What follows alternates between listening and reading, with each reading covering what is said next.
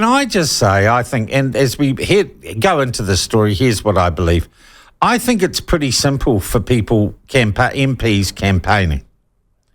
You declare all the money you spend on your campaign, and so that everyone knows everything's above board. But there seems to be a problem.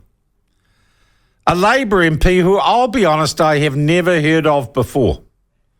So I presume she is a list MP.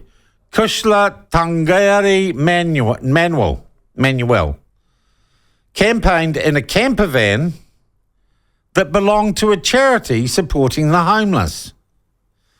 Kahanunu Whānau Services received grants of up to $185,000 from the Department of Internal Affairs and the Wellington City Council to purchase, fit out and run a Fiat Ducato Swift to provide mobile nurse-led services during the pandemic.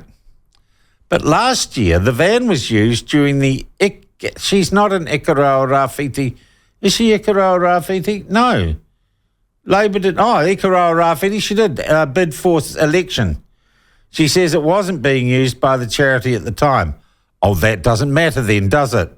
The use of the van was not included in Tangaere-Manuel's disclosed donations for the general election. She said she didn't declare the signage it was branded with. Oh, she did declare the signs that she put on it. The Sunday Star Times understands a relative was working for the charity, but Tangaere-Manuel's did not answer questions about how the loan of the van came about. Well, it's not like she infiltrated or she was running a marae that stole personal and private information off people as part of the census. That's still under investigation, of course, the Māori Party. But it's still, I don't know, what is it? Well, to find out, I thought we'd go to Charities legal expert Sue Barker, lawyer Sue Barker, who we've talked to before on these issues, because I'd be talking through a hole in my head if I passed judgment on this.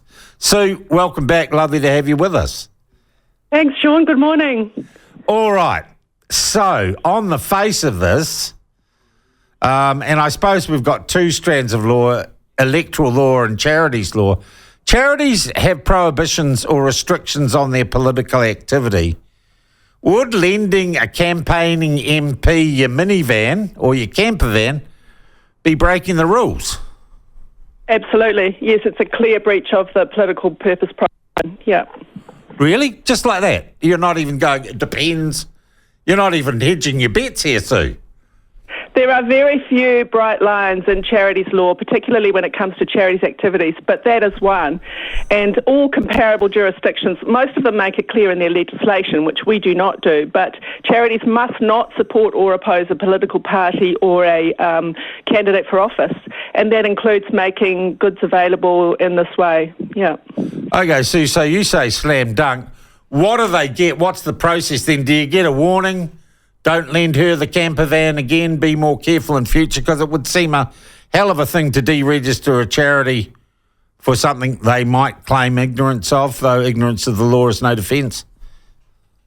Well, that's a very good question. I mean, I think it would be good to hear from Charity Services. What are they doing? Because we're seeing a pattern now. Te Waiperere Trust, Manuera Marae, and now I think they're now called He Heringa Kura. They rebranded. They're not the Kahungunu Whare Services anymore. Yeah, and it would be a mistake, I think, to increase the level of outrage by virtue of what's happened with other charities which may not have had anything to do with this particular charity. So, you know, it might seem worse as part of a pattern than in isolation, but it is still a clear breach. And I would like to know what Charity Services are proposing to do about these clear breaches of charities law, because in my practice, I see Charity Services spend hundreds of thousands of dollars of taxpayers' money stopping charities like Family First and Greenpeace, ultimately unsuccessfully in Greenpeace's case, from advocating or engaging in the democratic process, which is a lesser shade of the political purpose prohibition. I've seen them spend vast quantities of time and resources preventing charities from helping people into affordable housing in the middle of the housing crisis. I've seen them preventing charities running social enterprises.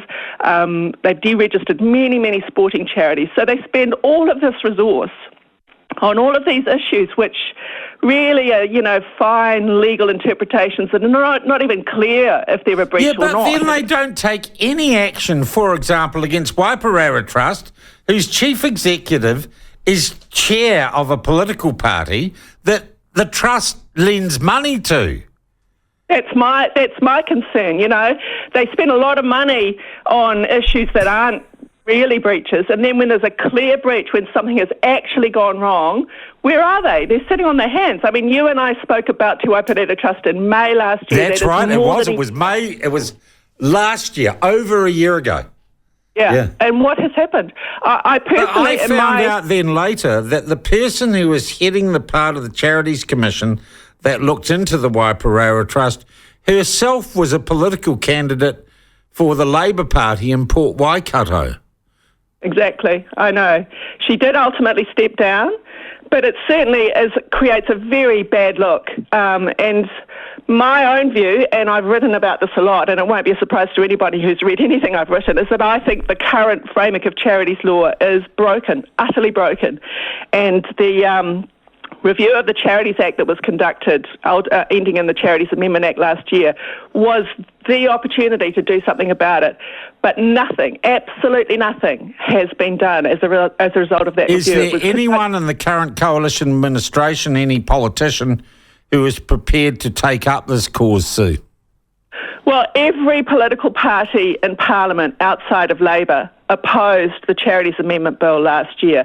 Most submitters asked for the bill to be withdrawn and for Labour to honour its manifesto commitment to do the review properly. So, I would like to see some of that energy that went into opposing the bill now go into actually doing something about it, getting a better legal framework for charities, undoing the damage that is being done. Who's the minister? Who would you say is the minister responsible for this? Because, Sue, I'd like to ask them some questions. What does this fall under? Internal Affairs or? Well, this is one of the issues, because even though Charity Services is a business unit of the Department of Internal Affairs, Brooke Van Velden is not responsible. The minister responsible is the Minister for the Community and Voluntary Sector, who's the Honourable Louise Upston. And I think that is a real problem because it seems to fall through the gaps. People seem to think, well, it should be DIA, but DIA says, oh, no, it's not me, and nothing happens. Who holds Charity Services accountable? Who scrutinises their decision-making? What is the process? They're spending millions of dollars of taxpayers' funds ostensibly to promote public trust and confidence in charities. According to the last survey, public trust and confidence in charities has declined after 15 years and millions of dollars of charities regulation. Who is holding them accountable?